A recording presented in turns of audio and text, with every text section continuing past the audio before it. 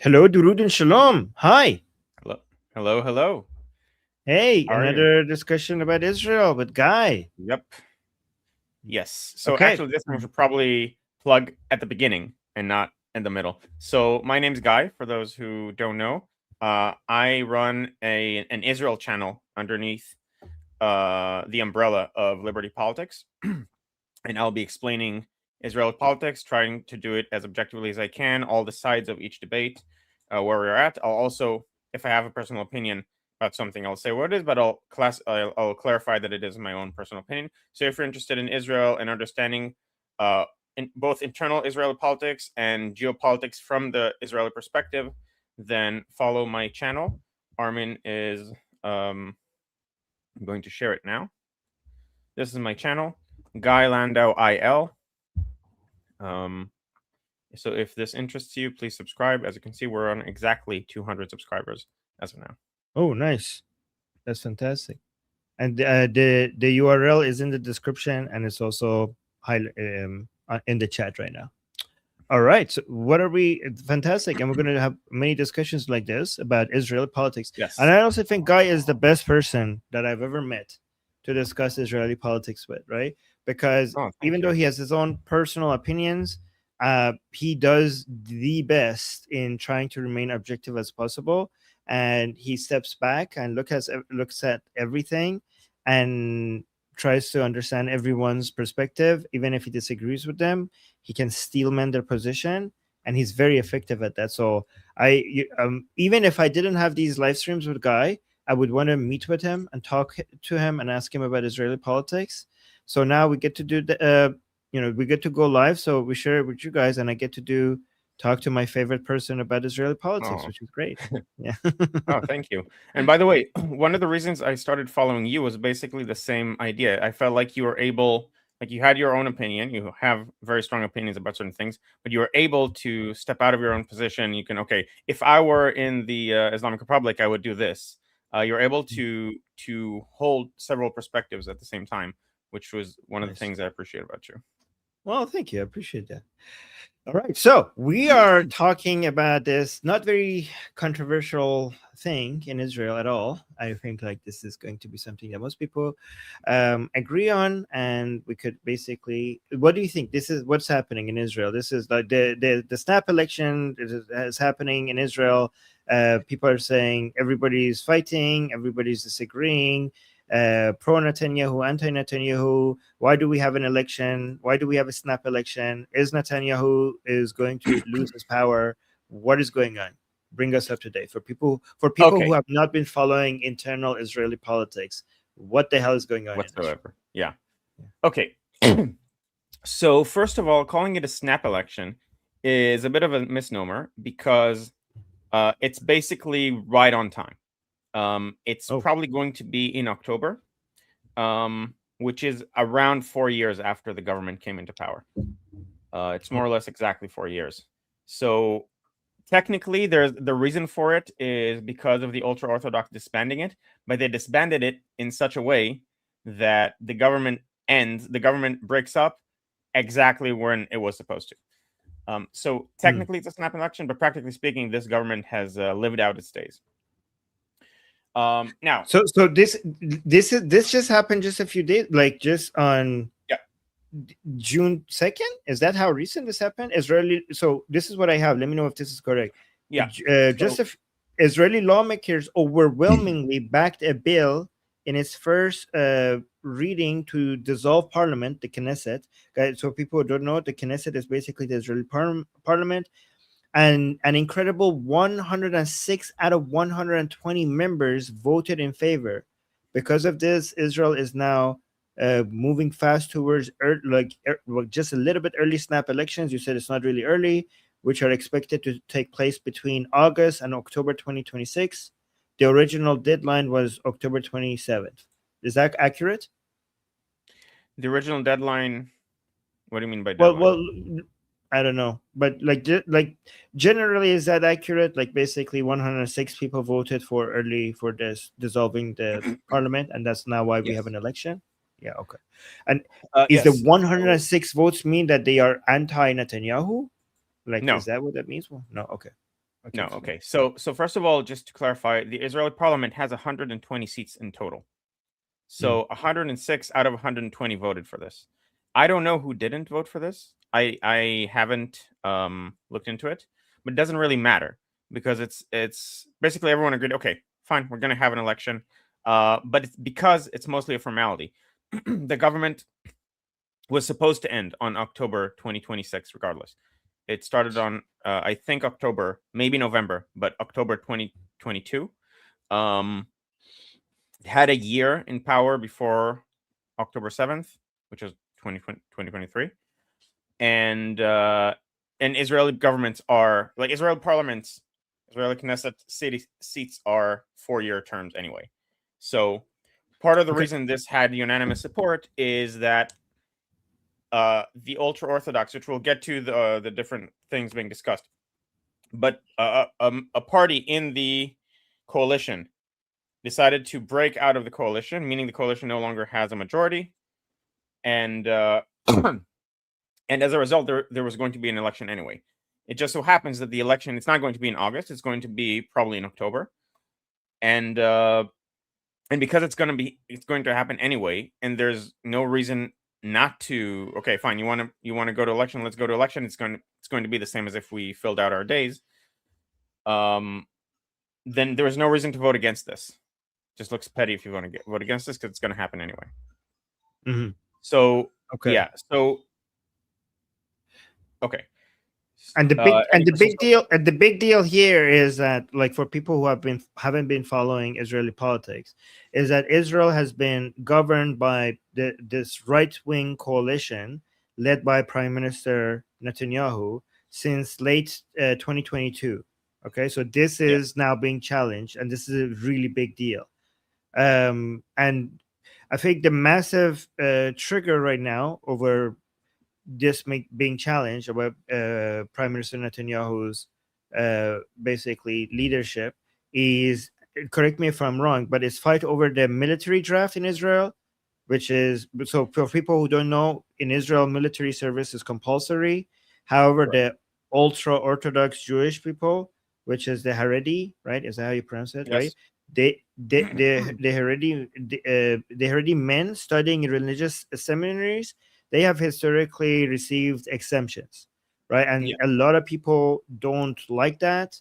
And this is the main issue. This is one of the main issues, or the main issue that is causing a lot of people it's to be upset. It's one of several big issues. This is the issue that caused them to break apart the government. So the party that decided to as a protest leave the government and go to an election, which again is only a protest move because practically speaking nothing else changes as a result, is an ultra-Orthodox party that's specifically the one that is most steadfast against drafting Haredi men into the military. And so that's their reason for acting. But as far as the general public, this is not like the reason that they did it is because the coalition was going to draft a bill to pass a bill to draft them, and there is disagreement about how harsh the bill should be from the get-go, but there is pretty much consensus right now since October 7th. Many people have done, myself included, an amount of reserve duty that you can count in years, not days, because of the continuous war. And so the felt injustice because there's a lack of manpower, and so people have to do a lot of reserve duty and leave their families behind and leave their businesses behind and leave their jobs behind. And at the same time, you have these ultra-Orthodox who get exemptions to study Torah, which is a result of a historical thing where they were a very small community when Israel was founded. And so whatever, the Ben Gurion gave them an exemption so that they would support the Zionist project. But over time, because they have a lot of children, way more than the rest of the population, they became a larger and larger part of the country, so that their lifestyle is it's not something you can keep doing without, It's not the country sustainable. collapsing. It's not Unsustainable. sustainable. It's not sustainable to have this big, huge part of the population not serve in the army, while the rest of the people are forced to serve in the army. Basically, So it's and not. this was not The a. army is one part. The other is also they work. Um, they work in minimal wage jobs or don't work at all, such that they take way more from the country's balance, like in subsidies, than they contribute. This a similar thing happened in New Jersey. I think that there was someone who made a video about the ultra orthodox community in New Jersey. So to an Israeli's eyes, that was a very familiar thing to see, because it happens in Israel as well. So let me read this and tell me if it's accurate, and then I'll tell. Then after this, you tell me if it's accurate, and then after that, tell me what's the best defense for the ultra orthodox community, and then what do you think about it, right? Okay, so the ultra orthodox political parties in Netanyahu's coalition demanded he pass a law making these exemptions permanent, right? And then on top of that, admits, and he didn't apparently, right? And that's why they're breaking away from him. And amidst an ongoing multi-front war, exempting a large portion of the population from military service became politically toxic. Facing a coalition collapse from the ultra-Orthodox party's anger, Netanyahu's own Likud party decided to preemptively submit the bill to dissolve parliament themselves to control the timeline of the election. But here's the thing: is the Likud party itself in favor of the ultra orthodox serving or not serving? Okay, so that's it's a good question, and it's most of the Likud party are in favor of them serving, but there's a tension between wanting them to serve and needing them to form a stable coalition.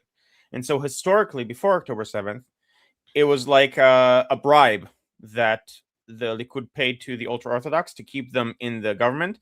Now, they weren't the only ones willing to pay that bribe, and historically, before the ultra orthodox became a bloc that's associated with the right wing, you also had left wing governments doing the same thing. And so, like in Oslo, you had the ultra orthodox as part of the left wing labor government under the same basic ideas. Okay, so so that's the first part of it. What? The second part is now it's no longer sustainable, and no one's is willing to accept it. However, there is a question of how much do you draft them, how quickly, and like, do you do it as a huge disruption because enough is enough, or do you do it slowly over time, and then within doing it slowly over time, are you actually going to do it, or are you just paying lip service, and eventually what you're going to do is just keep postponing it and practically giving them exemptions without trying not to pay the political price for it. And that's, depending on who you ask, yeah, it's either you're trying to do it slow and steady but actually do it, or they're trying to pull one over on the voters. Okay, so here's the question: what's the best defense for the ultra orthodox people not serving in the military? What's the best defense?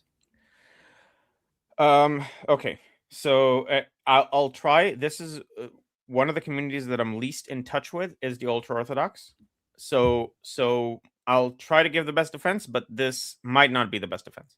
But the best defense would be they are a pillar that's holding Jewish tradition together, and also so it's from a non-religious perspective, they're a pillar holding Jewish tradition together. They do a lot of, like, they try to keep, they're the community that keeps the largest percentage of the mitzvot, the things that you're supposed to do, and also they're the most like strict in how you apply that. And so from their perspective, they're keeping Jewish tradition alive. Wouldn't they be able to do that and serve in the military? So it would be more difficult, but in other countries they do that. Aren't wouldn't that be aren't they doing the opposite by making more and more Israelis hate the ultra Orthodox? Wouldn't Yes. that be damaging to the Jewish tradition? Yes. I mean, yes, I completely agree with that. But they're looking at it internally. Like their community is what matters to them, and I don't think they understand economics very well. At least most of them. Like from I've never heard an ultra orthodox make a solid economic claim that this is sustainable. Now there is a way to defend them in the sense that they actually live a very modest lifestyle. Like they're willing to live poorly. And they found ways through community networks. They have very tight knit communities to live a more like to be able to afford things that otherwise they wouldn't be able to afford. But as a country, Israel would not be able to survive with that way of looking at things, especially since there are like enemies that want to destroy us. We have Wait, to be how is it a to thrive, benefit not that just they're survive. living? How is it a benefit for them to live modest lifestyle? Wouldn't it be more productive if they were working, making more money, and spending more? Like, isn't that what keeps the economy going? Like, modest lifestyle is not like beneficial So to. so they have a fear that if you introduce common, so there's an issue about education with the ultra orthodox would be common core. And by the way, there's a comment that I saw that is correct. I am being too general But read it. No, because no, read it. yeah, Read it okay. first before you respond to it. Yeah. So the comment is, guys, too general. The ultra orthodox divide to many parts: Guru, Neturei Karta, Litas, and more. I am being too general on purpose because the level of granularity that would be required to get into those differences is just something that's beyond what we're doing right now. I might do it in the future as like a separate video, but it's just a level of granularity that would get us lost in the sauce. So And it's basically, not. the summary of that is that the ultra orthodox are not a monolith, and they have different segments with Yes. different views. And some of them are more willing to take part in Israel Sure. society and also learn the common core, which includes like English and math, so that they'll be able to be productive members of society. And some of them don't. But there has been a wave, a gradual wave of them becoming naturally more open to general Israeli lives. And from anecdotal perspectives from ultra orthodox that I have spoken to about this, because I've been interested in this, like the younger generation is very much sees themselves as Israelis and is willing to do it. But if you put too many sanctions on them, it might cause a backlash. So that's from their perspective.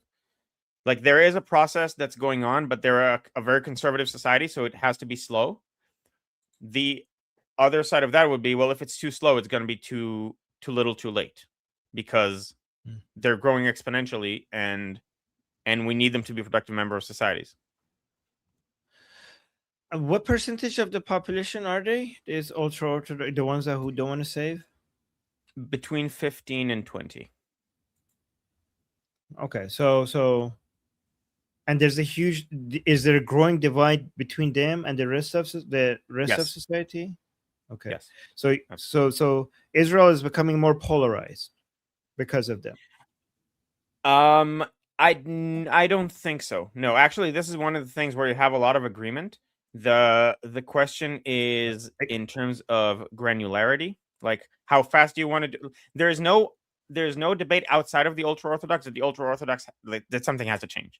That's a consensus opinion, and that's also, it's going to play into the election, into one of the sides of the election that isn't gaining steam now, but I predict will gain steam, which is we shouldn't form a right wing or like a Bibi or anti Bibi government. Instead, we should form a unity government that has all the Zionist entities. Zionist meaning, because the ultra orthodox, again, there are granularities, but to simplify, the ultra orthodox, the Ashkenazi ones, are not Zionist. Like they don't recognize Israel as a legitimate Jewish state. It's a secular state that happens to have an ethnically Jewish majority, but they don't recognize its legitimacy. And so by calling it a large Zionist coalition, you're essentially saying we're going to exclude the ultra orthodox, we're going to exclude the Arab parties, and we're going to do things that are in the consensus opinion. Okay, but it is still being I think it's polarized because the ultra orthodox, they're a big percentage, like they're a minority, but they're still a important part of Israel, and they're growing. So Yes. there might be consensus among everybody that is not them, but they themselves are a growing part of Israel. So that is polarizing. No. Yeah, it's not polarized. It's not a mainstream polarization. So it's polarized between, because they have like their own. I'm trying to think of something that would be a parallel. I actually don't think there is, but they have like their own media, their own everything, and like there is no interaction. There's no direct fights between them and the rest of society. They do have a lot of protests about this, but in terms of like what the election is about, the election is not about whether we should do this, because they have their voters that are always going to vote for them because they're a sectorial party, or a couple. It's actually 3 sectorial parties, 2 of them united into one. But it's but they have like their voters that are their base of support that is basically never changing, and the rest of the people are vying over the rest of the votes. Okay, that sounds like more polarization. I don't know, but okay. Let me see. Shauna is giving us a super chat saying, "Is it possible to just limit the welfare rather than sanction them?" I don't. They Can you wouldn't see explain what the this? difference there. Yeah. Okay. So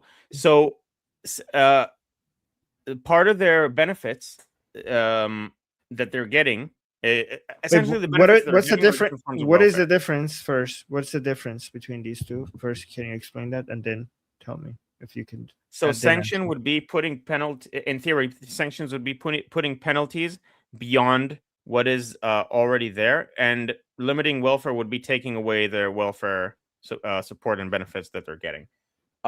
Practically speaking, they live off of welfare, and so there's 2 types. There's only the only type of sanction you can do that isn't just limiting the welfare. Like, that's basically, when you say sanction, that's mostly what we talk about.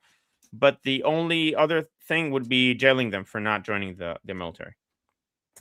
But other, like, there's a whole bunch of subsidies that they get for like daycares and so on, from the state. And these are subsidies other people don't get. These are subsidies, so it would depend on the specific subsidy. But some of these are subsidies. Some of these are specific for their community. Some of these are general, but practically speaking, they only apply to them. Like, from the 6th child onwards, you get this and this and this. And them and some of the Arab community are basically the only ones that have 6 or more children, but mostly them, more so than the Arabs. Wait, so you get more subsidies based on how many children you have? I believe so. Yes, Yeah. I haven't looked into this in detail. So let me. Okay, so let me actually. We have the ultra orthodox Haredim, and then we have the anti-Zionist religious groups. Like, okay, I'm not going to even read their names. Right? And these are different. I assume, is the one you're saying. Yes, and Satmar. Yeah.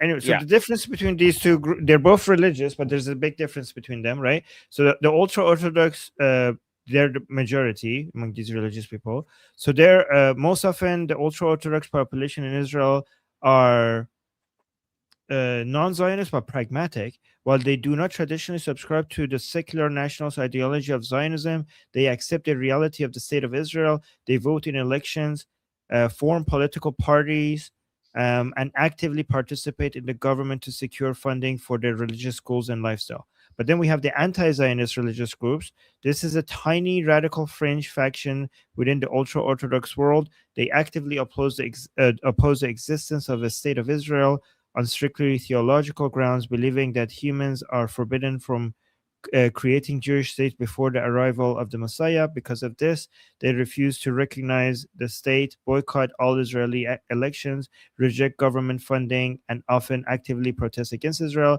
And when it comes to the funding, when it comes to welfare and stuff, the mainstream ultra-Orthodox, the Haredim, they receive significant state welfare, because many men study in religious seminaries full-time instead of working. This community relies heavily on government child allowances, daycare subsidies, yeshiva. I don't know what that word is. Yeshiva.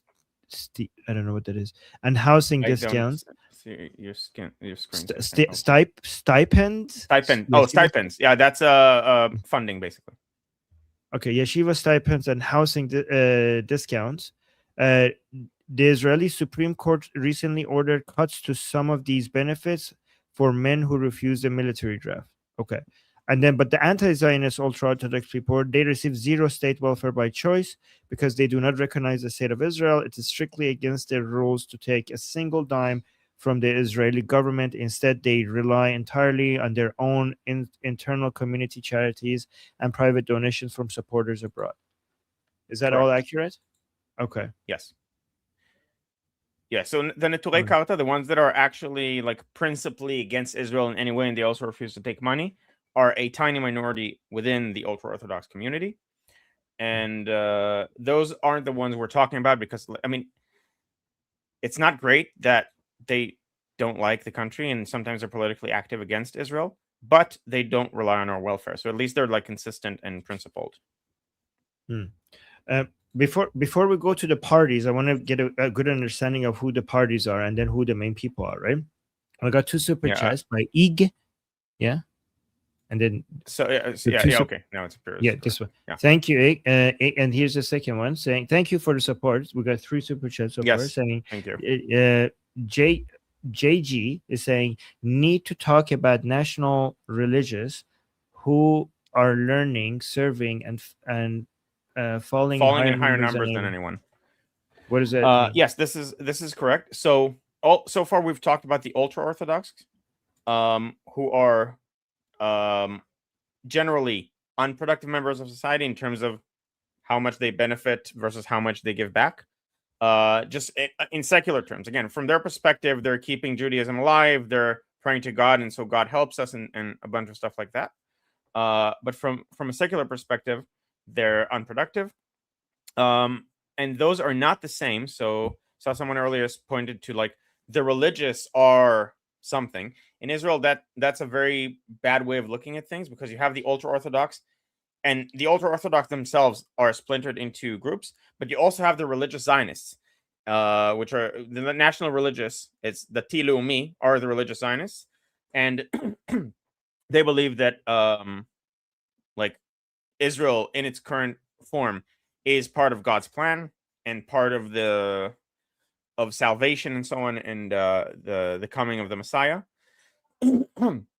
and they still study in yeshivas, which are like Torah high learning institutions, but at the same time they have they also serve in the military. Some of them, like their mandatory service is less than completely secular people. They have, I think, 2 years, but practically speaking, on average, I think they serve more because a lot of them just stay officers in the military and so on. And they also fall in higher numbers. They fell in higher numbers in the last war because they're the most like hardened, devout supporters of the state. So basically, JG is telling us that so that we don't forget their sacrifice, and so that we don't associate being very religious with just being leeching off of Israel. There are also Correct. some very religious people who serve, who learn, and who are actively defending their country. So basically, JJ is saying being very religious doesn't necessarily mean people who are not contributing. There are these other very group of religious people who are contributing even on average more than other people, and these are the religious yes. Okay. That's and we're going to get to that. So specifically, so far, I made sure to only talk about the ultra Orthodox, and even that is simplified because within the ultra Orthodox, you have the Sephardi ultra Orthodox, which are not as strict, and they're like more on the spectrum of religiosity. Okay, so to simplify it, I know this is we have 3 groups of people. Okay, one is in the middle, which is ultra Orthodox, which is not against Israel but doesn't want to serve and gets a lot of welfare, right? And they're not contributing because they're not working. That's the middle group. And then we have these anti-Zionist religious people who are against Israel as a whole. They're not receiving welfare, so there's at least that, and they're not serving, but and they're very anti-Israel. And then we have this religious Zionists who are serving, who are contributing, and who are sacrificing. These are broadly, like, really simple. These are the three different groups of religious people in Israel. Yes. So the religious Zionists also work in like tech and stuff. Like they're they're as productive as other members of society for the most part. Mhm. But I wouldn't define it as three groups. I'd define it as two groups and a spec. The Neturei Karta, the anti-Zionists, the ones who refuse, like they're a very small part of this, and I wouldn't give them like their own like category. They're like they're not like an asterisk more than anything. Wait, say that again. Sorry. The anti-Zionist, the third group, the most extreme group that don't take money and they're against Israel, they're very, Yeah. very small. They're not Very small. big enough to say- warrant like talking about them as like one of three groups. As a group. Okay.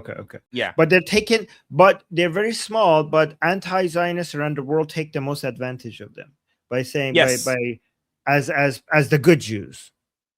Yes, even look, we have a religious Jew who's against Zionism, so like let's parade Right. him So around. even though they're the smallest group, they are highlighted the most by people who are against Israel. Yeah, I think that's fair. Yeah. That's a fair assessment. Okay.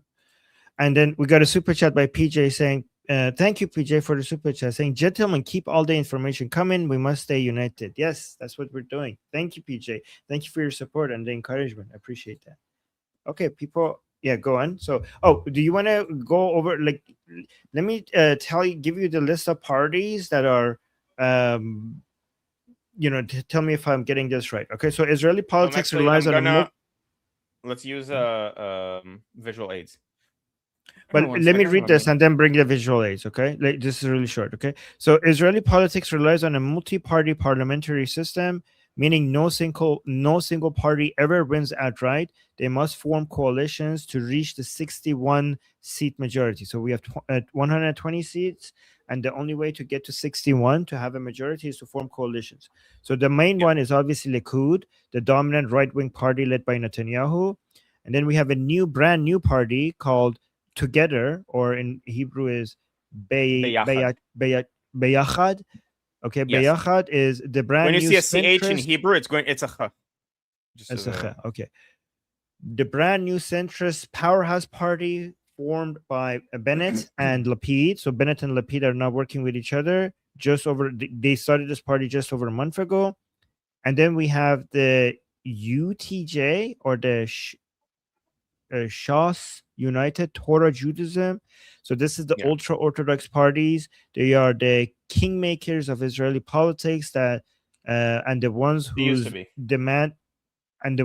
demands over the military draft triggered this snap election. You say not call it a snap election, but okay. And then we have the Democrats, which are formerly the Labor. This is the traditional center left party. And then we have now the Arab left-wing party. It's the left. It's strictly left-wing party. It's not center left. It's left. Okay. And then we have the Arab factions, or Ra'am and Hadash. These are parties representing Israeli Arab citizens whose seats often heavily influence the math of who can form a government. And a lot of people consider these parties to be traitors and anti-Israeli and pro-Palestinian. Is that true? You wouldn't say traitors, because they're not. Traitors would imply they ever had affiliation to betray. They're Palestinian. So they're Palestinian armies. So they're not. No. Yeah. So go on. So sorry. they're Palestinian parties within Israeli parliament, which is really funny if you think about how people think Israel is a Jewish supremacist party, a country. Where you have different rules for different ethnicities, and you have like rules benefiting Israelis, but you have Palestinian parties in the parliament, like parties that don't recognize Israel as a Jewish Israeli country. Is that their official position? Are these the official position is against the state of Israel? Is against the state of Israel as a Jewish democracy. But is that, like, do they want to erase the Jewish identity of Israel, and many of them openly affiliate with Palestinian nationalism. So one of them is no longer like it's not strong enough to pass the parliament. So can you add to the thing I just shared to the this will be So here, let me teach you so you know how to do it. Okay, so instead of changing the layout at the bottom, just at the add to left, stage? change it. No, don't add to stage. Look at the Okay. share. Look at the scenes at the left. Do you see the left? The left? On the left. Show scenes On the panel. left. Oh, okay. All right, go to the share scene. Okay. Yeah. Okay, and then remove my. So remove mine and then add yours. Okay. There we go. Okay, I see. I see. Okay. So these Okay. are the parties and their popularity. Yes. So this is based on one of the polls. It's not. This is also a bit out of date, but it's in English, so I decided to use this to at least show you what the parties are. Okay, so we have Likud. That's the classically center-right party. Some would argue it's now not center anymore. It's just right. It's been going like more to the right. But for the sake of argument, let's say the center-right party. It's the party of Netanyahu. It's the largest party in parliament historically and has been consistently for many, many years. But being the largest party doesn't mean you're automatically going to be prime minister because you need to be able to form a coalition. And so how many seats can they get? 25? So yeah, so according to this poll, and we'll talk about the differences between the different polls. They're going to get 25. Beyachad, which is the party by So Naftali just a reminder again to everybody, there's 120 seats in the Israeli parliament, which is called the Knesset. So to be able to form a government, you need the majority. That means 61. So that means you need to find enough. So given that you have 25 seats, you need to basically form a coalition with some of these other parties to get to 61. Okay, so go ahead. Yes. Yeah. So but in principle, any member of parliament who can get 61 votes behind them can be prime minister. In theory, they don't have to be the leader of a party. They don't have to be the largest party. Oh, okay. So wait, so any of the leaders of any of the parties that is part of the coalition can be the prime minister? Not even the leaders, but there's never been a case where it wasn't a leader. But in theory, if you can get like a third-rate, like a 10th place member of parliament to collect all the votes, they could be prime minister as well. Okay.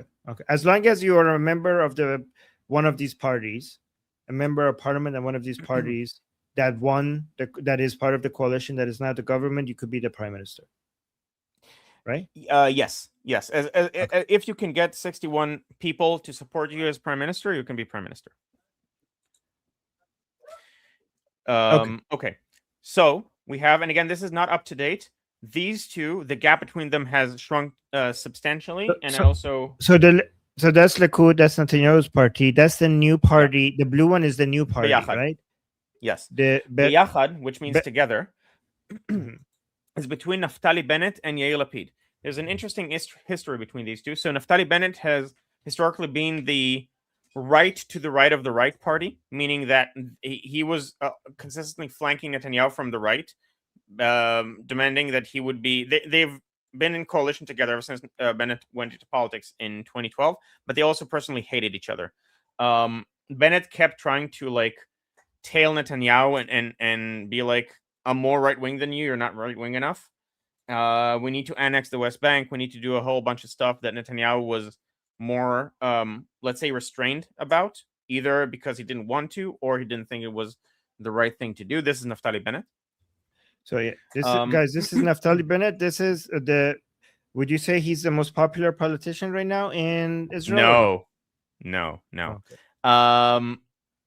He has the most momentum. He had the most momentum until a week ago, but historically, he is very, very popular in polls and only in polls. So he has in polls, he has double what he ends up having.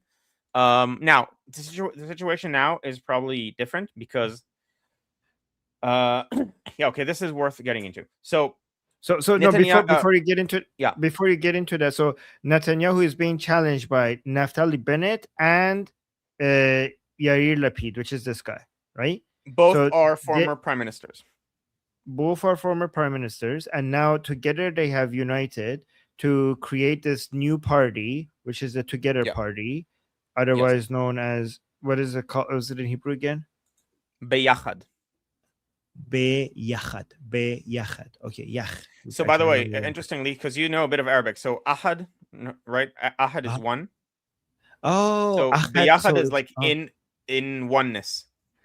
oh, okay.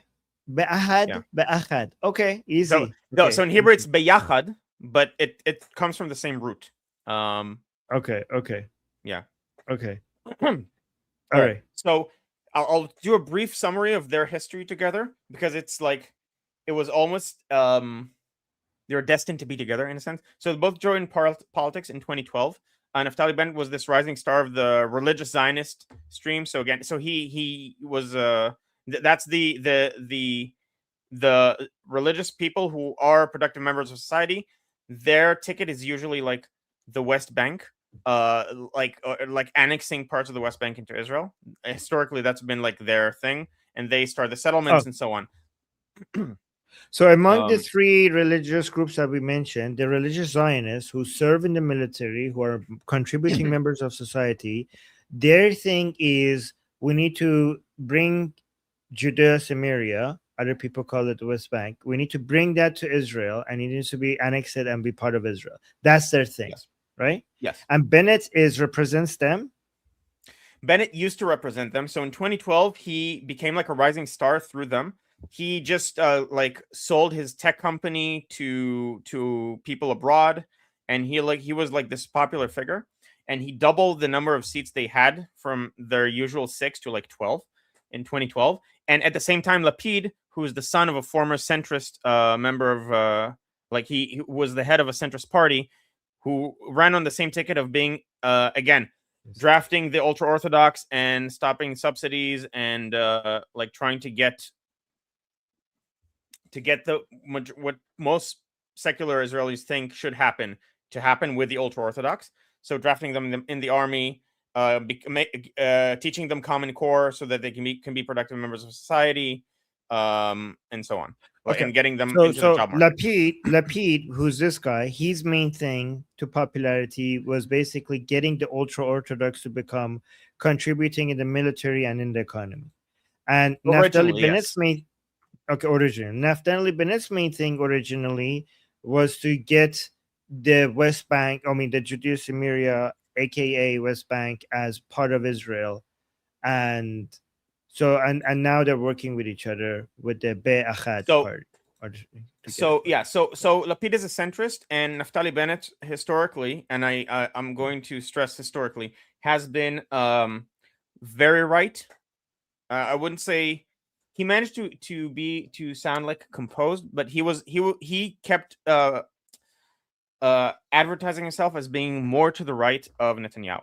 Okay, and Lapid And Netanyahu. is like famously like thinks of himself as a centrist, or Okay, publishes so himself as a centrist. he brags about being more right wing than Netanyahu. Netanyahu, yeah, Netanyahu, he's centrist. he brags about being centrist. Okay, Yes. okay, And in but one 2012, thing, they yeah, go on. Yeah, they were both like firebrands in politics. So Naftali Bennett had 12 seats, Lapid had 19. Both first time running. Um, Lapid is not center; he's left. I agree. I'd say he's center left, but he's also he it changes depending on what he thinks is beneficial for him to represent himself as. He never said he would never say he is left wing. He is considered largely by Israeli population to be on the left, like squarely on the left, not on the far left. On the far left, that would be the Democrats, but on the left. And in 2012, they made the covenant of the brothers, Brit Ha'achim, where they went into Netanyahu's government together in order to get like things that they said like 80% or 70% of Israelis agree on 70% of the things. Let's get those done. That was their like ticket. And they were both firebrands and were both new in Israeli politics, and they went in the government together and forced Netanyahu for the first time to have a government without the ultra orthodox. Okay, wait. So Naftali Bennett and Lapid have worked with each other before, and they were successful in forcing. Wait, Naftali Bennett has been the prime minister before. Was that with Lapid help to kick out Netanyahu as well? Yeah. So we'll now jump from 2012. We're not going to go through the whole history. But over the years, they've been frenemies. Like they've respected each other, but had major disagreements. They were on opposite sides of the aisle, and so on. But in 2021, Naftali Bennett ran as a sort of like a centrist because the politics in Israel became more and more about Netanyahu as a person and whether we want or don't want him as a prime minister. And the blocks became, as opposed to being like right versus left wing, it became being, are you pro Netanyahu or are you anti Netanyahu? So you had a couple of right wing parties. So let's put the screen back on. So let's see if I can do it myself. Share, and then add this. Oh, remove this and add this. Okay. See, I'm learning. So you had from the right wing, you had Israel Beitenu. Can you see my cursor? You can't see my cursor. Oh no. You have to select a tab so that after that we're going to see the cursor. Like make sure you select the tab. Click on the tab. Oh, okay. Okay. Oh, there we go. There it is. Okay. So Israel Beitenu is a very secular, historically more Russian speaking than like they had the Russian sector. Russian, not necessarily Russian from Russia, but Russian speaking. Also Ukrainians. Can we go from the? Can we go from the highest to the lowest? Top to bottom? Yeah. Okay. Yes. So So I'll quickly go through them, and then we'll get back to, because this is really important. Understanding the relationship between these two is really important. Maybe you could zoom in, but hold control and yeah. There we go. Is it better? Yeah, it's much better. And you could zoom in on each one as we go through them. This is go up so we can see the title. Okay. Okay. So there were several. Send the link to me? You want to send the link to me because I could see if I could. Sure. So I'll send it on Telegram. Or just or actually, okay. And Amir, thank you so much for the super sticker. I appreciate you. Thank you. Okay. Okay, here. Let me see if I could. It's just that when I zoom in, it morphs along with the zoom in. So it I zoom in and then it becomes smaller. So okay, you keep talking. I'll figure out what to do. I know what to do. Okay. So other right wing parties left the Netanyahu bloc because of their disagreement with the ultra orthodox and the fact that the ultra orthodox keep getting subsidies, and joined the anti Netanyahu bloc, also for presumably personal reasons. We'll get to them. But the point is that the blocs were no longer right versus left. They were pro Netanyahu and pro the alliance with the ultra orthodox, and against Netanyahu and against the alliance with the ultra orthodox. And so under those conditions, Bennett was able to label himself as like between the blocks. I'm not disqualifying anyone from sitting with me in government. The other parties also disqualified Netanyahu out of principle because he was also dealing with corruption charges and so on. Said we'll never sit with Netanyahu. Bennett said, I'm open to either side.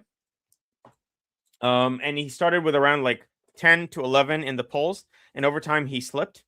And right before the election, he went on live on the right-wing channel, Channel 14, and signed a note promising he would not make Lapid prime minister.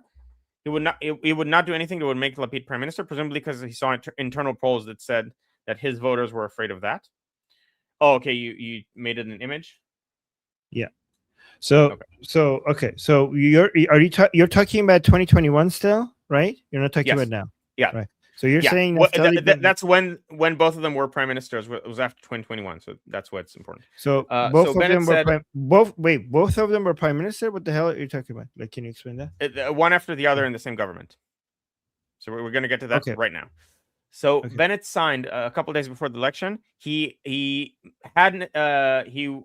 challenged Netanyahu to come on live and signed that he would not make a government with Ra'am, with one of the Palestinian parties that's actually associated with the Muslim Brotherhood, but for various reasons, like one of the Muslim Brotherhood branches in Israel is actually pretty tame, or at least one of its head figure is pretty tame. For the sake, we could get into more details regarding each one of these Arab parties and what they represent, but let's because I want to make sure that we cover. Yeah. Okay. So Bennett challenged Netanyahu to come alive and say they wouldn't sign with him. Netanyahu no showed it because from his perspective, it's not important enough to deal with. But Bennett did sign a couple days before the election, promising that he would not make Lapid prime minister. And then after the election, prime minister. Why was that a big deal to not make Lapid prime minister? Because Bennett's voters are right wing, historically. Oh, and Lapid is what? So Lapid was the head of the opposite bloc, and he ended up having like 24 seats. Okay, is this before or after Naftali Bennett formed a coalition with the Arab parties? It's that coalition. That's the coalition that we're about to get. Wait, so I don't understand. Naftali Bennett is like, I'm so right-leaning. I'm more right-leaning than Netanyahu. Okay, and instead, like, I promise, I pinky promise, okay, that I would not form a coalition with this left-leaning guy. Okay, so vote for me. I would not. It's not that I wouldn't form a coalition with him. I would not make him prime minister. So in theory, he was in favor of a joint government, at least as far as. But then he wins, right? And then he forms a coalition. He gets 7 seats. He gets 7 seats. Naftali Bennett only got 7 seats in that election. In the election that he became the prime minister, he only had 7 seats. Yes. And this is the important thing to understand. It's a critical thing to understand about Israeli politics right now, and why I think he's going to slip and he's not going to be the second largest party. Naftali Bennett. How do you become the prime minister by not being so popular? Because in theory, any member of parliament who gets 61 fingers can become prime minister. So I was building up to this. It was foreshadowing. So what happened was, you end the election. He has 7 seats. He actually ended up having 6 seats because one of the people in his party refused to join the but we're getting but what happens? Are we moving to when he builds a coalition with the Arab party right now? That's the very next couple of sentences. Okay. So like, guys, this is 2021. This is 2021. Okay, continue. Yes. And what happened was that even if he joined Netanyahu would not have a majority, and this was after 5 straight elections with no government. So you had elections after election that no side was able to form a majority, and so Netanyahu remained prime minister out of like inertia, because like he was the interim prime minister until the new government is formed, but it just never let's get because some So it's important. Might have a hard time following. So let's add those details later. But go on. Yeah. Okay. So what Bennett said is that he made several promises. He also promised that I will not let there be a 6th election in a row. Like, whatever happens, I'm going to form a government. Like, I'm going to make sure that a government is formed. And Netanyahu's bloc did not have 61 seats, even with him. And so what he did was he joined the other bloc, because the other bloc with him did have 61 seats. If you add in one of the Arab parties, Ra'am, the one that's most dovish, let's say, about Israel as a Jewish state. And this is the first time in Israel's history where we have a government with a coalition that includes one of these Arab parties. Yes. Correct. And this was a huge taboo. This was a huge taboo that was broken by Naftali Bennett. Yes, but in theory, Netanyahu would have broken it as well. In terms of like, we have indications that Netanyahu was going to do it as well, if he was able to. But one of his people vetoed it, so he wasn't practically able to do it. Like, one of the other right-wing parties said, no, I'm not joining a coalition that you're going to form with the Arabs. So what happened was Naftali Bennett created this coalition with Lapid, with the Arabs, and with the other anti-Netanyahu right-wing parties. But did that anger his base? Did that anger his base? Right, like, Yes, yes. Okay. He switched electorate as a result. Like now he's not chasing after the same people.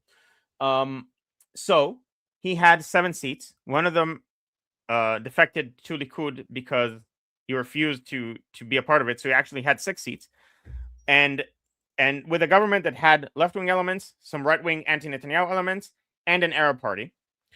And with the 6 seats, he became prime minister. The way he characterized it is to ensure that I'm not selling out like principle. Like I'll be leading this government, even though I'm the smallest, one of the smallest parties in parliament. But I'll be leading the government for the first 2 years, and then Lapid will lead in the other 2 years. But I'll be leading it to account for the sacrifice that I'm making here by creating, because I promised to make a government. I'm going to make a government with the people that I promised I wouldn't make prime minister, and and I'm also going to make them prime minister. All right. So he became. Yeah. So to simplify, he became prime minister with 6 seats in exchange for switching sides. Okay. So let's bring it to now. Okay, because we're gonna run out of time if we don't bring it to right now. But but just long story short, he had a very this was a very unstable situation, and the coalition broke apart before Lapid could become prime minister, right? But if the coalition breaks up, one of the conditions was that if the coalition breaks apart because of Bennett, then Lapid becomes prime minister. So Lapid did end up becoming prime minister because one of the people from Bennett's party left. Okay, and then that was shaky as well, and then that broke apart, and then Netanyahu came into power again. That was only the interim. Lapid was interim prime minister until the elections. Okay, and then Netanyahu came into power because and now we have the current government. Okay, the current government. But what was the main reason why Netanyahu came back to power? Like, if you want to summarize it in short.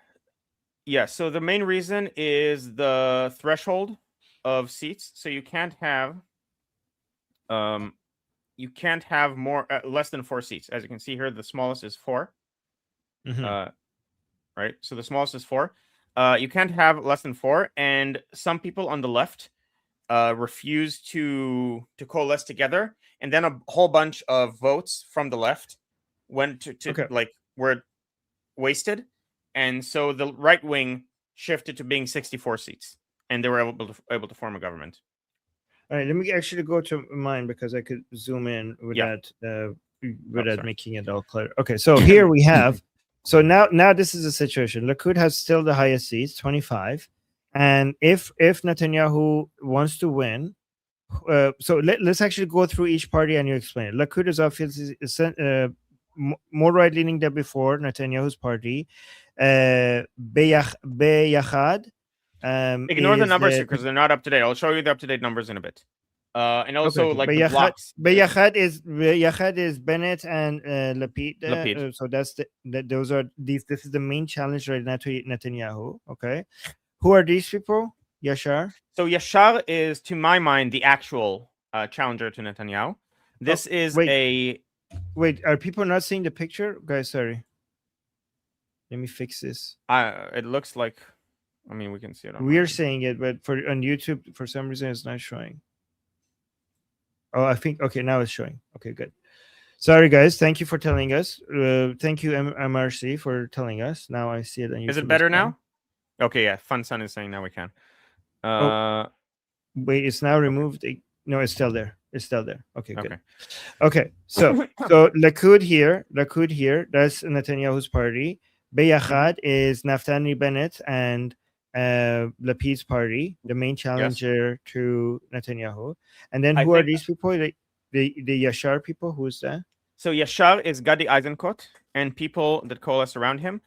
It's roughly a centrist party. But centrist in Israel, you have the bloc of the right and the bloc of the center left. So you imagine the center as being something that's like between the blocks. That's not true in Israel. And the center is very squarely in the non-Netanyahu bloc.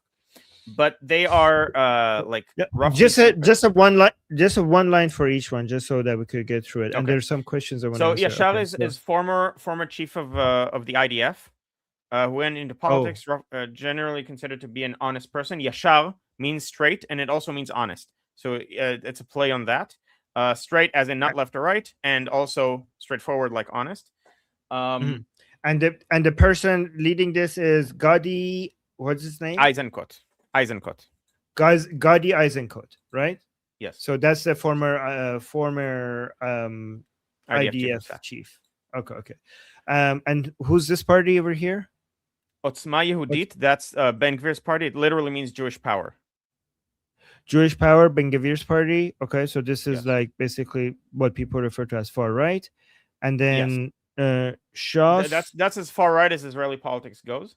10 Okay. seats is probably going to be lower. I predict it's going to be lower. Okay. Shas is the Mizrahi ultra orthodox. Democrats are the representatives of the left in Israel. They're opposed to judicial reform, to a bunch of other topics we're probably not going to have time to talk about today, but we can talk about them next time. They are like the ultra liberals, let's say.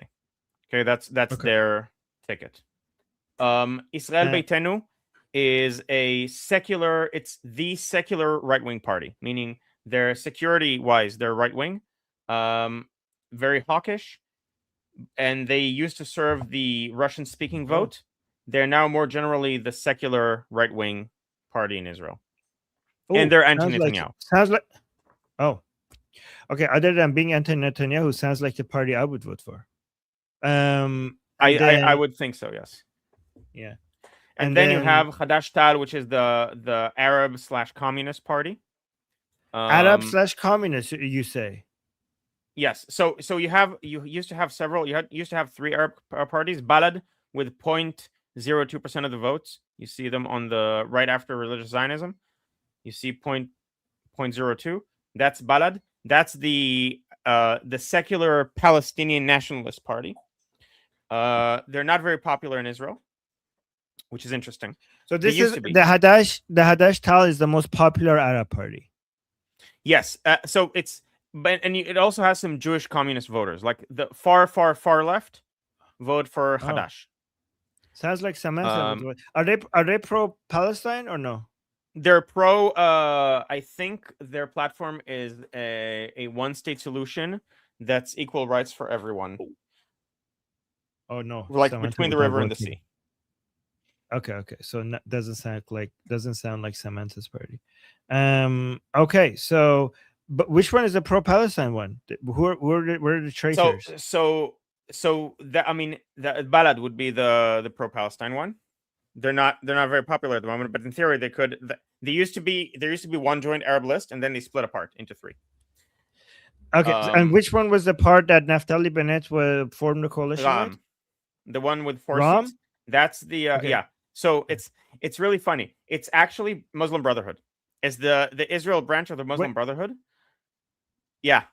Wait, so how are they not the traitors? Why did you say Balad is the traitors? If they're because Ra'am is, so the Muslim Brotherhood has 2 branches in Israel: the northern branch and the southern branch.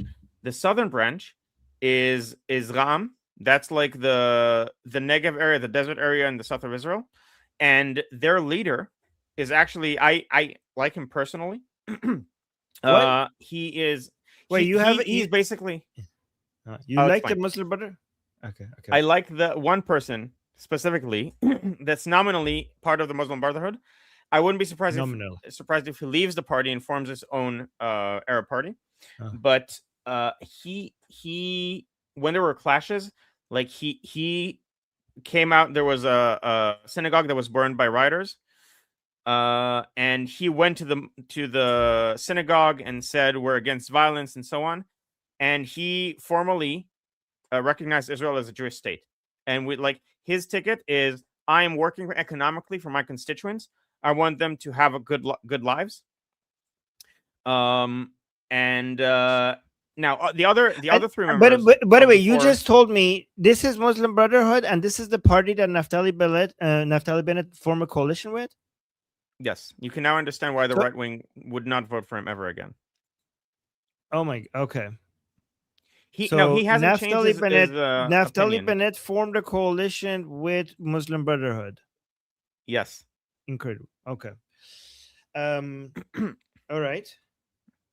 And people So are yeah, so saying that the guy that you like that was doing tequila. People are saying that the guy that is that's saying that. it's so I wouldn't say that's necessarily not the case. But even in as you can see some of the right wing, this gets a lot of reactions once you understand what's happening.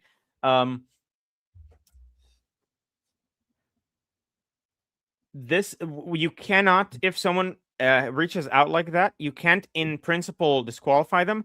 You can argue that we're not going to give them control over whether the coalition exists, which is what happened. So without him, they would have had less than 61 seats. Mm. And so in principle, he had control of what happens in the government. And as a result, the right Wait, we wing was got it. pissed. So Agent Anderson gave us a super chat saying, "No to Reza Pahlavi. Don't set up the new Iran like this." Do not. Okay. Well, thanks Yeah. for the warning, Agent Anderson. Okay. Okay. So like, if we wanted to, basically, if you want to defend Naftali Bennett, you will say the same defense for Netanyahu for going with the ultra orthodox is that, well, what do you expect him to do? They would not be able to form a coalition if they don't go with these parties. Maybe they could form a coalition with them and then control them so that they have no control over the coalition. Right? Is Okay. that So the first best? of all, chat, please switch to English. You see, there's a lot of Israelis arguing whether Netanyahu is a traitor or not. October 7th is the biggest It's okay. It's okay. treason in Israeli politics and stuff like that. Let as you can see, let them flare. speak Okay. Hebrew. It's fine. It's fine. Okay, yes. fine. Speak Hebrew. When you come to our discussion group, speak English in chat. Whatever. Okay, Yeah, go on. that's fine. So the defense of Bennett would be as follows. I tried to make it as I was explaining what happened, but I guess now we know what happened. I'll do it now. It's also a good note to have for the future. Like, I don't need to explain the reasoning before I explain the thing. I can explain the thing and then justify it. Probably easier to understand. So Bennett promised three things. He promised I would not let there be a sixth round of elections straight, like one after the other, because you can't pass budgets. You can't do a whole bunch of stuff. There was like a year's worth of elections that just like couldn't go anywhere. And he said that. He said I would not make Lapid prime minister. And I don't remember what the third one was. It's okay. But I think what it is was the about strongest? the Orthodox, like not having. What is the like, strongest defense? People, yeah, non-Israelis, So Iranians are shocked. Iranians are upset. They're like I see the Iranians in the chat are like, what the fuck? Why does Israel has Muslim Brotherhood parties? One, okay, and they're saying also, what the fuck? Why do you Iranians like Naftali Bennett because he's very aggressive against the Islamic Republic, and now in the chat, Iranians are like, what the fuck? Why would Naftali Bennett form a coalition with a Muslim Brotherhood party? Can you give us your best defense of Naftali Bennett? Okay, so first of all, I highlighted the relevant chat. Mansour Abbas is the name of the head of Ram, of the Muslim Brotherhood party. Some people in Israel think that it's better to have a government with them than with the ultra-Orthodox. So here's the thing. One, the head of Ram, again, so even though he is the head of the Muslim Brotherhood party, he himself seems to be way more moderate than what his party would represent. Now, it could be... So this is him. Do you want to switch? Yeah. This is Mansour Abbas. You're going to have food shortages if you put him in charge of Israel. Be careful. No, sorry. All right. And so the defense would be that, first of all, this guy, if he starts a new party for Arabs, you could have like an Arab Israeli party, and this guy would be okay inside it, at least in terms of his statements, which his statements are a lot. Like, no Arab leader before him was willing to make statements like Israel is a Jewish state and outright be against any form of violence as a solution to anything. Okay, And so just to be clear, this is Mansour Abbas, the head of the Ram Party, which is the Muslim Brotherhood Party. He's Arab yes. and he's Muslim Brotherhood, but you're saying he's okay because he said we are against violence and we recognize Israel. I'm not saying he's okay, but he is like the best that you have in Arab politics for like that you could practically form a government with. I'm going to ignore these comments. Um, and All so right. and this was the first time you had someone reach out like this. And again, to clarify, Netanyahu also wanted to form a government with him. This is not like Netanyahu Okay, was the first one to float this so idea. Rebecca told us in the group that that was not Netanyahu wasn't serious. Like Naftali Bennett actually did it, which means that he betrayed Israel.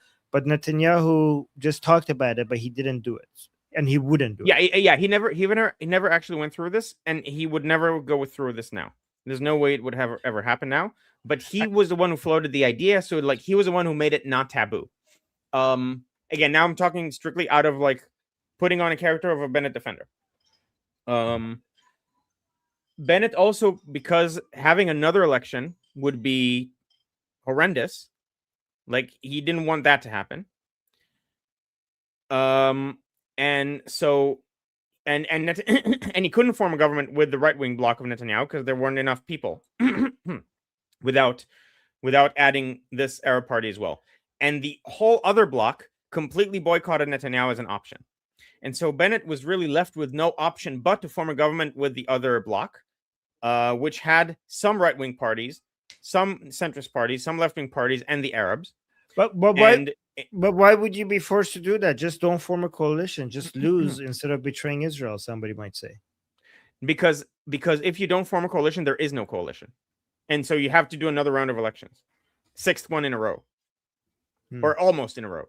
There was one brief interlude, but wouldn't that be better? Like, wouldn't that, like, what if I say like it's better to go for a 6 and a 7 and an 8 and a 9 rather than having a Muslim Brotherhood party as part of a coalition? So that would be a fair thing to say. That, but he also promised that he would make sure there isn't another round of elections, and every round of election where you don't have a stable government is bad for Israel economically. So you said that you like this guy though? Is this a guy I like this guy personally. I think this guy in a party that isn't the Muslim Brotherhood party would be okay to form a government with. But if it was like there's a growing number of he wouldn't call himself Zionist, but there's a growing number of people of Israeli Arabs. Most of them are Christian, but not only. You also have some Muslims that are willing to call themselves Arab Zionists. And I think if that party is formed, you can very much have a government, a coalition with it. Arab Zionism is a growing.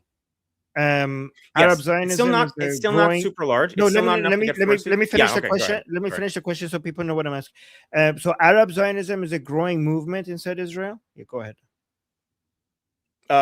It seems to be the case because the threshold to get into government is 4 seats. It's not going to be able to get into government now. I'm in favor of lowering the threshold, so to also get more stability. The reason for raising the threshold was to increase stability. It didn't end up happening, so I'm in favor of lowering it to allow new voices to come up, and then like okay, you'll have an Arab Zionist party with like 2 seats, but then you have a government with it. Maybe it increases in power, and increases in influence. And that kind of party, like with people like Yusuf Haddad, who is a pro-Israel, like he defends Israel abroad consistently. He was also in the military. He's an Arab Christian, Israeli Arab Christian. I think he's the husband of Emily Schrader, but I could be wrong about this.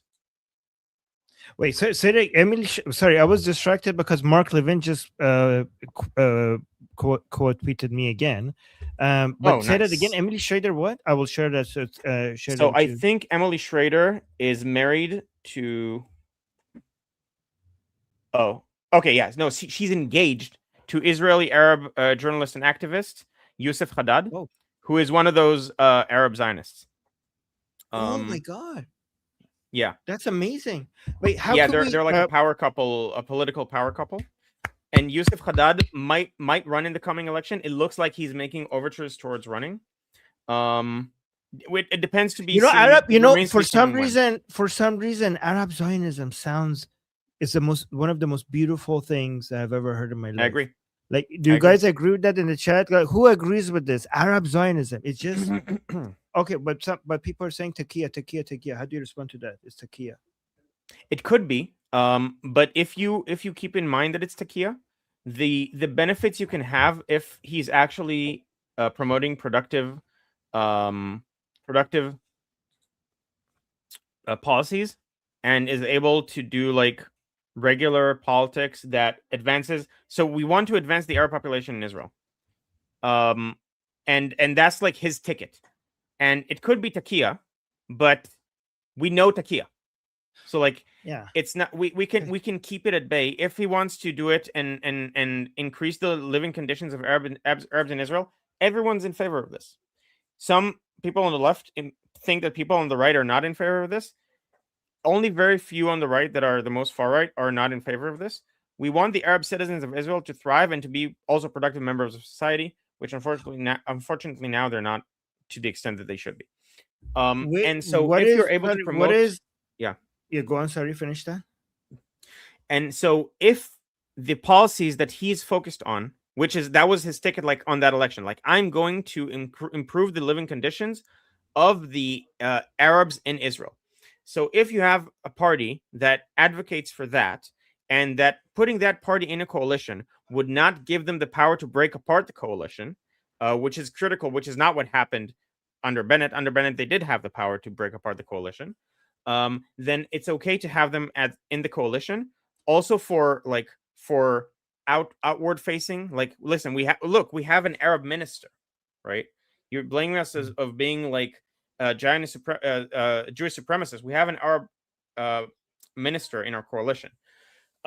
So for practical reasons, I think it's okay to have them in the government as long as you understand that it could be Takia and you refuse to let them. So I mean, so Emily Schrader's fiance, Yusuf, what is his name? Haddad. Yusuf Haddad? Yeah.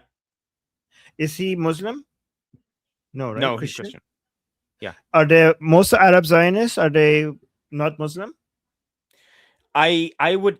It's hard to say because it's also taboo, like within their society, to say that.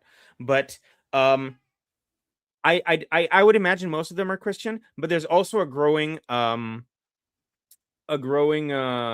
Muslim Zionist. I would suspect most of it. I know that I'm gonna get shit for this, but calling yourself a Zionist is such a big taboo that it doesn't match with like normal takia. You know what I mean? Like, yeah, the level of that wouldn't be takia. That wouldn't be takia. Yeah. And also like I know people will call us naive because of it, but it's just because they don't understand how taboo it is to be. Like, it's just such a taboo thing to do. Like, people who are that Islamically minded are so disgusted with anything Zionism related that it's just like, I'm not saying all of it is honest, but I think like a lot of it, if you're going as far as calling yourself a Zionist, I think a lot of it might be genuine. And so, and I would say the same thing for Mahmoud Abbas, the head of Ram. He recognized Israel as a Jewish state. He didn't say I'm a Zionist, but he recognized Israel as a Jewish state. And that was a huge taboo, and he paid huge prices for it. And as a result, I tend to think he might be genuine about this. His party isn't. His party has some lunatics, to be clear. Like, he is an outlier in his own party. Guys, here's the thing. I think people are naive to think, like, people call us naive, but I think they're naive to think that people don't actually change opinions. We have had many. I mean, there are Muslims who defend Israel. There are Muslims all around the world who defend Israel. It's not the majority of them, but they do exist, and you are actually putting Israel in danger. Even if we get like a very small minority of Muslims who are defending Israel, if we dismiss them as taqiyya, you're losing the opportunity to grow that. You're losing the Yes. opportunity to encourage that. Basically, like if you I'm not, obviously some of it is lying, right? But if you dismiss all of them as lying, you know some of them is not. Some of it is just genuine. And if some of it is genuine, how do you encourage that? If you basically do a blanket accusation of every single one of it as takia, then you are providing no opportunity, no motivation for that even to exist, for it to grow. So I So think people say it's they're very asking. naive. It's very naive to just blanketly say all of it is takia. So people asking. So he's Arab Fetterman. He's at least portraying himself, or used to portray himself as being Arab Fetterman. Now this was back then. Now it's less likely. Um, and but another name. So we're talking about Arab Zionism. So look up the name Ella Wawiya and put a picture of her on screen, please. So put of who? Ella Wawiya. I'm not. I think Wawiye. Wait, Ella. What the hell? Ella what? Sorry, you bring it up. Wawiye. WAWEYE. Ya. Okay. YA. Okay, found her. Oh, who's this? Interesting. Captain Ella. So there is a specific picture actually that might be good. Do you see the one that says "I am Ella. I'm a woman, an Arab, a Muslim"? Do you see that one? Oh yeah, I found it. Yeah. So show that one. I'm trying here. Let's see. This one here. No, she's not Druze. She's Muslim. Oh, by the way, so this question: how do Muslims justify Zionism regards their religion apart from Taqiyya? The Quran says that the land belongs to Banu Israel, and it's a matter of interpretation whether you think Banu Israel is us, like we're because they would say we're not Banu Israel, we're just a bunch of colonizers who are pretending to be Banu Israel. We're taking the name, but we're not actually them. That would be the main. She's a spokesperson. She's an army spokesperson towards the Arab world. Yes. Have you ever heard? Okay. Have you heard of Avichai Adrei? So Israel. So the IDF trusts her. So here's the thing, guys. So people who are saying like, "Oh, it's Takia," I'm pretty sure the IDF has better information than me and you and everyone else. The IDF trusts her. The IDF trusts this Arab woman as a Zionist. Okay, so I trust her because I trust the IDF. There you go. She's also like she's been in the military for I think at least a decade. Like they didn't bring her in. You see her rank. You see that leaf like thing as her rank. Yes, this one over here. Hold on. Yeah, so that's a relatively high rank. You don't just get that. She's an officer. She went to an officer's course. She was in the military in the outward facing communications department. She's now replacing the person who was there, who is a Jewish Israeli called Avichai Adrei. He's actually like a superstar in the Arab world. Like people in Lebanon sort of they like upload videos talking to him like, listen, bomb this, don't bomb this, listen, I have a wedding tomorrow, please refrain from bombing. Like he has like there's reverence towards him. And she's replacing him. Rebecca is in the chat saying Rebecca is saying yes, she is the one that tells Muslims to get out of the way before the IDF. Before the IDF bombs, I think is what before the IDF bombings. Yeah. Okay. Yes. She tells them. Okay. Yes. She's in charge of communicating with the Arab world, and she is an Arab Muslim from Israel. She comes from a Muslim household, and she's very proud of being Israeli. Inserver is saying never trust a Muslim and American. I trust Israel. I trust the IDF, and the IDF trusts her. The IDF trusts this Arab Muslim woman, and I trust the IDF. It's also really hard to make such a blanket statement when 20% of the population of Israel, around 20%, are Arab Muslims, and some of them actually, like it's a widely known secret that she does get a lot of hate from some Muslims, not necessarily within Israel. I assume some within Israel as well, but it's like it's taboo to talk about. But secretly, a lot of Arab people in Israel are actually really glad they're in Israel. So Yeah. I was I taught talked to Arabic. them. I was in Israel. I asked Arab Israelis there who were saying that I don't consider myself Israeli. I consider myself Palestinian. I was talking to some of them. I'm like, would you give up your Israeli citizenship? And they were like, hell no. Right. So Yeah, like, no, there you it's go. Hell no. no Yeah. one wants to be part of the Palestinian Authority. Right. They know how corrupt it is. People, so if you were to ask me, and we have 5 minutes, so that's obviously enough time to talk about this, what the solution to the Israeli Palestinian conflict would be, um, I'm in favor of Mordechai Kedar's solution, which is like the Emirates solution. You wouldn't call it Emirates because that's they don't like that. But the principle is you start with Hebron. The leaders of Hebron put out a paper, an article in Wall Street Journal, advocating for this plan to secede from the Palestinian Authority to become their own independent entity under Israeli what's the word I'm looking for? Uh like under the Israel's umbrella, under Israeli support, and be their own internally run thing that obviously is against terror, and the education would reflect that, but they would be cooperating with Israel, a lot of tourism because they have a lot of religious sites and so on, and you would be like, they wouldn't be annexed into Israel, but they would be a subsidiary. That's the word I was looking for, of Israel, much like the Druze right now in Syria want to become. And So that could create a wave that would cause the Palestinian nationality to crumble because they're way more loyal to their own tribe and their own city than they are to the Palestinian cause, because Palestinian nationality is a foreign imposition. Like it's a Western imposition on the way of right. living in the region. So And so a lot of Arabs actually want that. Oh, really? Okay. We need to talk about that more next another time. Yeah. So let's add that to the topics that we want to. I want to also dedicate an entire stream to exploring this whole Arab Zionism thing.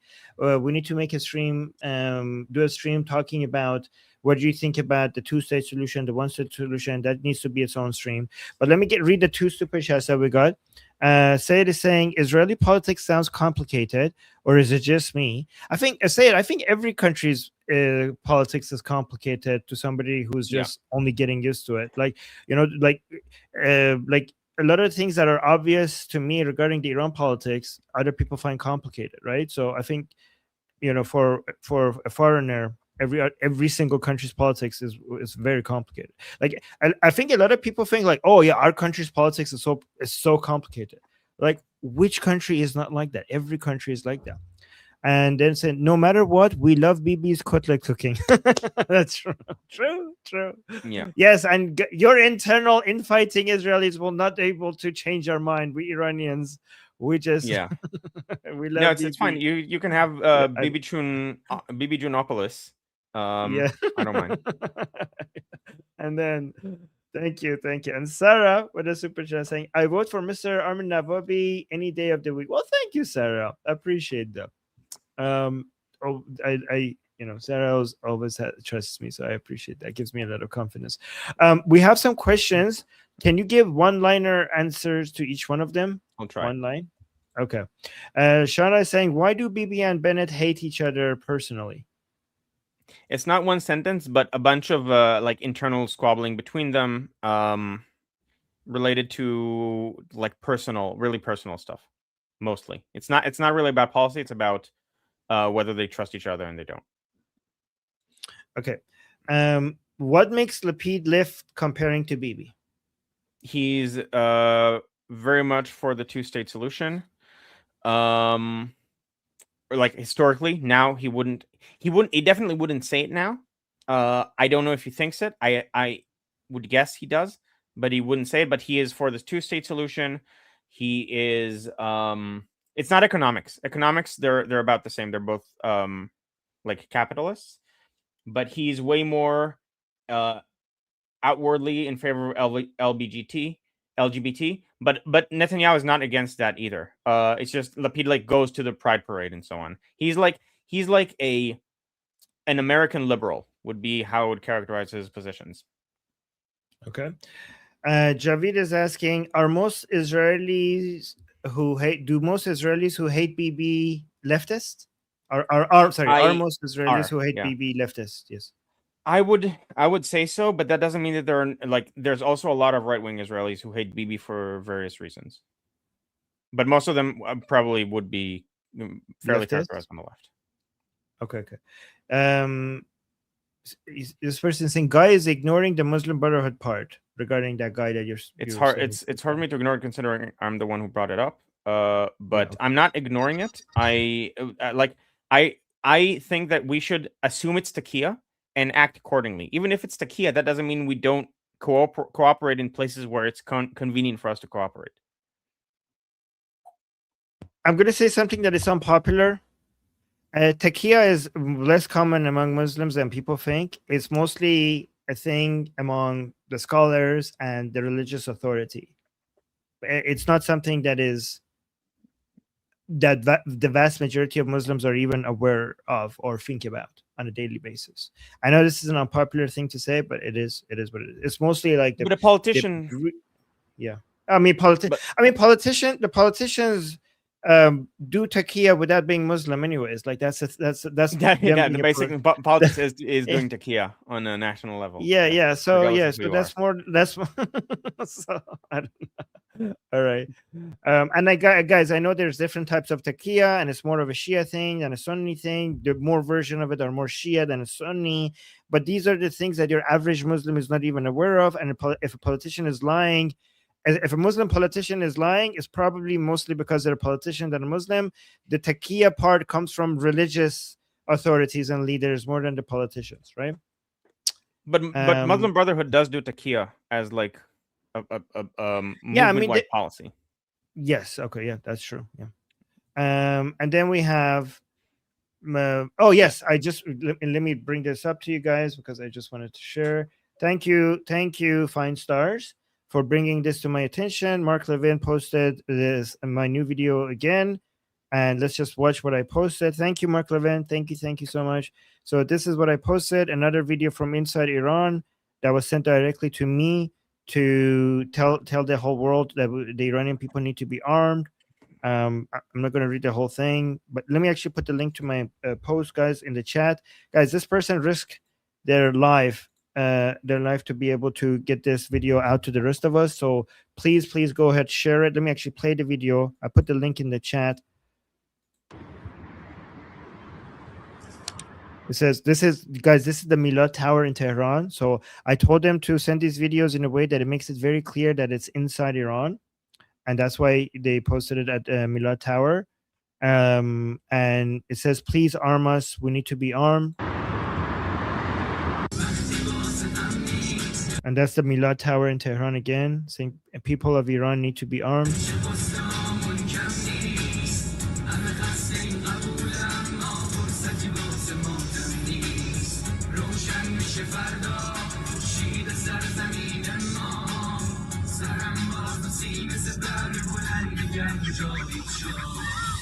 So yeah, guys, this is again from inside Iran. This person is risking his life to be able to send out this message. So please go ahead and share it. I put the link to it again in the chat. We need to, like, guys, there's so many people who are saying the Iranian people need to be armed, but what I'm trying to do here with this campaign is to show that it's not just a discussion. The Iranian people inside Iran want this, and this is the voice of the Iranian people at great risk. And if you could just take a few seconds to repost the link I posted in the chat, I would really appreciate that. And if people are watching this later, it's on my X account, Armin Navabi. Okay, and thank you, Fine Stars, for bringing that to our attention. And also, guys, I keep saying, people saying like I'm not a fan of Islam, I hate Islam. I'm also against Islam. Okay, for people who are new here, I have years of activism against Islam, but there are Muslims. Being against Islam is not the same as being against Muslims. I have Muslim friends. I have Muslim friends who know that I'm against Islam, and I have Muslim friends that I trust. I have Muslim friends that I trust. I have Muslim friends that I consider to be fighting on the same side as us. I disagree with them on Islam. I'm actively fighting against Islam, but my fight against Islam is not a fight against Muslims. In fact, I want the best for Muslims, right? I want Muslims to be able to have the safest, most prosperous, secure lives. That's what I'm fighting for. In fact, part of my fight against Islam is because I see Muslims as victims of Islam. If you're against cancer, you wouldn't be against the cancer patient, right? And that's how I see it. All right, so yeah, somebody was saying if So- Emily is approving of it, it's okay. Yeah, I trust Emily as well. And Got also two more Arab super chats. Christians, like there's no Yeah, reason to yeah. distrust Arab Christians Yeah, but Like, like, if they're but Zionists. I also have there are Arab Muslims that I trust. Yeah, I know. I'm not saying that like even if we're gonna trust some Arab Muslims, but even if we don't, let's say there's an Arab Zionist party, at least half of it is going to be Christian. And there's no reason to suspect the Arab Christians like Yusuf Haddad of doing anything like Taqiyya. That's not part So, of their religion whatsoever. so for example, let's see, like, let me show this to you guys. Okay, I had an interview, amazing interview. This got 220,000 views, which was one of my most successful live streams, right? With this woman, right? Dalia, okay, Dalia Zaida, and this was one of my most fun, interesting interviews I've ever done. She's an Egyptian Arab Muslim, and she risked everything to support Israel. And they're hunting her down. She's like she had to escape Egypt, and she has gone through so much threats and attacks and everything to defend Israel, right? And to fight against anti-Jewish. Yeah. People are saying she's incredible. Yes, I love her and I love her work.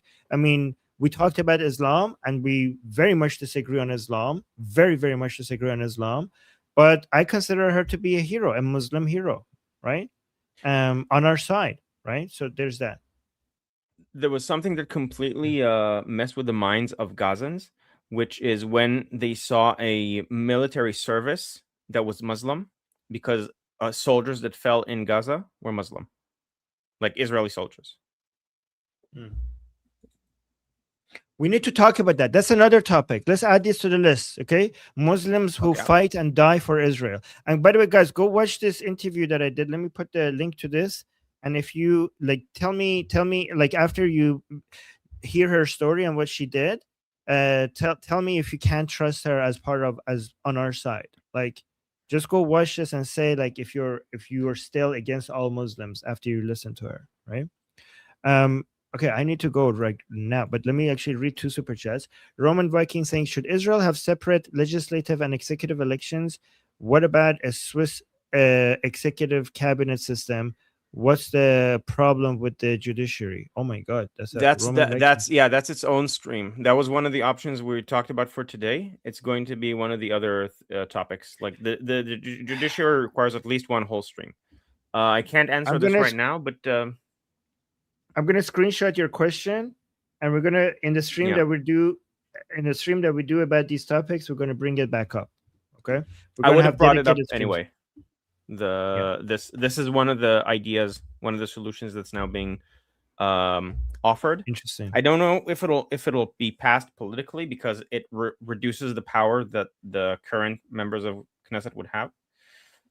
Yes, like the stream. Oh, and also subscribe to my channel if you like the announcement, if you'd like to hear more about Israel. So wait, people. Okay, so Omid is saying, I personally don't trust any Muslim. Okay, Omid, so you're against Mohammad Reza Shah, you're against Prince Reza Pahlavi. Javid Shah is saying, yep, Omid as well. Okay, and again, so Javid, you're against Mohammad Reza Shah, who's a Muslim. You don't trust, you wouldn't have trusted Mohammad Reza Shah, that means.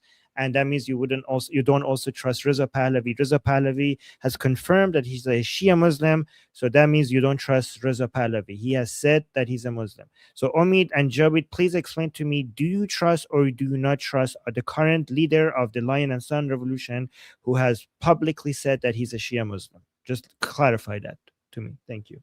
Oh, we got 10 out of 10. Say it. Thank you so much for the super chat saying 10 out of 10. Let's go. Thank you. Appreciate that. Thank you, Sayed. By the way, Omid and Javid, I love you guys. I hope our disagreements doesn't change the fact that we are here together. All right. Wait, did I? Oh, I forgot this one. Sorry. William, thank you for the super chat saying, hey, guy, I'm Israel Chai. Thank you, William. Oh, Israel Chai. that's a good reminder. That's a good reminder. We need to promote Guy's channel before we go. Yeah. Okay. And I have 2 more statements to make if there's time after that. Really quick then. Yeah, Okay, guys. I'll do mine. Let me do the promotion and then we go. Okay, so guys, first of all, go subscribe to Guy's channel. Link. I'm gonna put the link in the chat. And this is his channel. Okay, we're at 206. Let's try to get it to 1,000, guys. Okay, because he needs to get it to 1,000 to monetize. Also, later today, in I think 3 hours or so or less, actually, we're gonna have our discussion group, and you need to be there. And come and talk to us. Guy might be there. Guy, are you gonna be there? Okay, Guy will be there. I'll see. I'll probably be there, but might not. Maybe not from the beginning. All right, so guys, today is free to everybody. So let me actually post a link to that as well. Come join our group call and talk to the rest of us. I'll put the link in the chat. Okay, Guy, you have 30 seconds. 2 statements in 30 seconds. Go. Okay. So, a couple of things. So, first of all, what we saw was not the latest results. Now, based on most polls, Beyachad and Yashar are absolutely neck and neck. And Beyachad was formed as a party because both Bennett and Lapid were crumbling by themselves. And so they formed a party together to like make sure that they're going to be the leader of the bloc, but it's not working because they're now slipping. And Yashar is gaining steam and is ahead of them in the polls. And also, this website has most of the polls that are like around the same place. There is an anomaly, which is this. So there is one pollster called Shlomo Filbel, who consistently has the right wing way up. And you can see this is the right wing bloc, 63, left wing bloc, 47, and the Arab parties, 10. Whereas here, it would be like 69 for the opposition, including the Arab party. So like 59 left wing bloc or center left, 10 Arabs, 51 coalition. And you see that these don't square together. Someone is very wrong, but I'm not ready to say which, because we've seen consistent, like for Trump as well, we've seen consistent lockstep polls from different pollsters that ended up being very wrong before like the last election. But that's something to keep in mind. So Yashar is very likely going to be the leader of the anti-Netanyahu bloc. And there also might be a party that's going to form that isn't here yet, that might shuffle the cards, that would actually call for a unity government. Like we're here to force a unity government between Likud, like between the center to center left parties and Likud. Okay, gotta go. All right, guys. Let's fix this.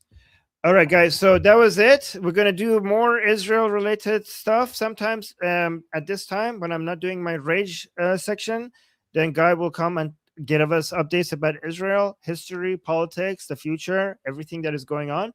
So please subscribe to both of our channels and support us in any way you can. And guys, thank you so much for the super chats. We got to our goal at the very last minute. I appreciate that.